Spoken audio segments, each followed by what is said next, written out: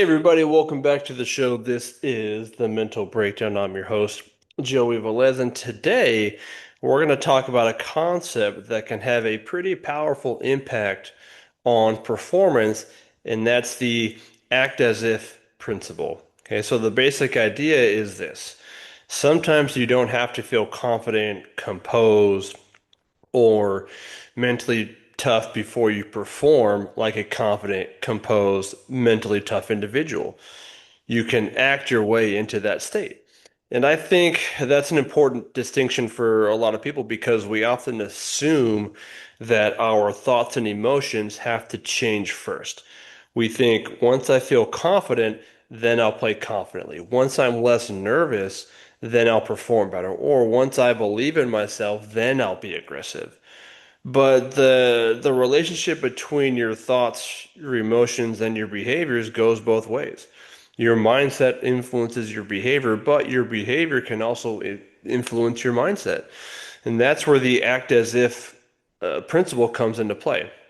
Now, what this means is that intentionally behaving like the version of yourself that you want to become, even when you don't necessarily feel like that person in that moment. For example, imagine you're a golfer standing over a 3 foot putt, but they've missed the last two. Their heart rate's elevated. They're thinking, hey, don't miss this one. They don't feel confident. The traditional approach might be to tell themselves, hey, be confident you can do this. But in that moment, sometimes it doesn't work because your brain knows that you're trying to convince yourself of something that you don't actually believe in. So instead, the athlete can focus on acting like a confident golfer.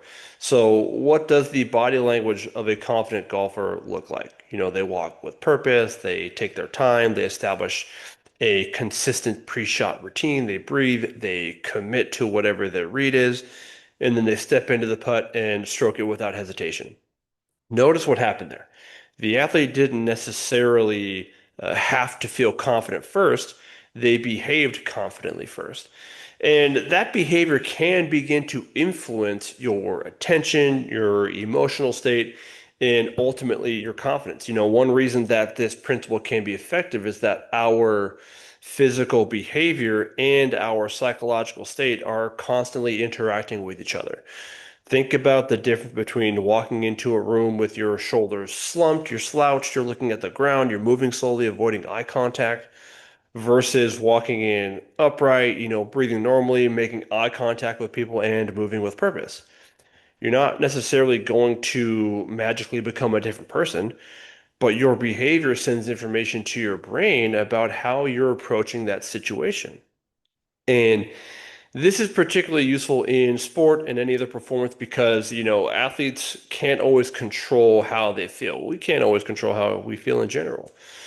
You can't always control whether you're going to be nervous before a competition or presentation. You can't simply decide that you're not going to experience pressure. You can't always eliminate doubt either. But what you can control is many of your behaviors. You can control your posture, your breathing, your routine, your body language, how you communicate, your effort, your focus. And those controllable behaviors can become your anchor when your emotions are being unpredictable. So let's say that you are now a basketball player and you're having a terrible shooting night. You're 1 for 7. You're frustrated.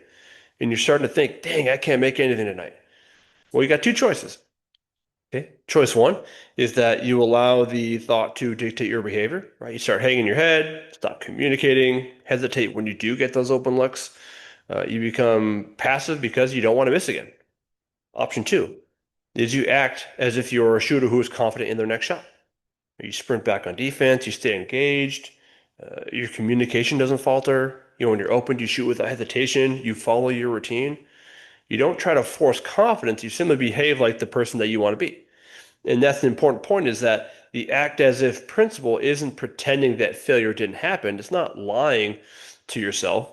It's not saying I'm the best athlete in the world when you don't believe it. It's really about asking, hey, if I were the athlete I want to become, how would I behave right now? And that's a much more useful question. So, how can you actually use this? The next time you are in a situation where you're nervous, you're frustrated, you feel like your confidence is lacking, you can ask yourself three questions. One is, how do I want to feel? Maybe the answer is confident, calm, aggressive, focused, whatever that is. The second question is, how would I behave if I already felt that way? Right? So if you're confident, maybe you stand taller. If you're calm, maybe your breathing is slower. If you're aggressive, maybe you communicate more and attack the competition. Okay? Third question is, what is one thing I can do right now that matches that version of myself? And that's the key. Like, don't try to change everything. Just pick one behavior and then another and then another. And eventually, those behaviors become a part of your routine. So the biggest takeaway from the act as if principle is that you don't have to wait for confidence to behave confidently.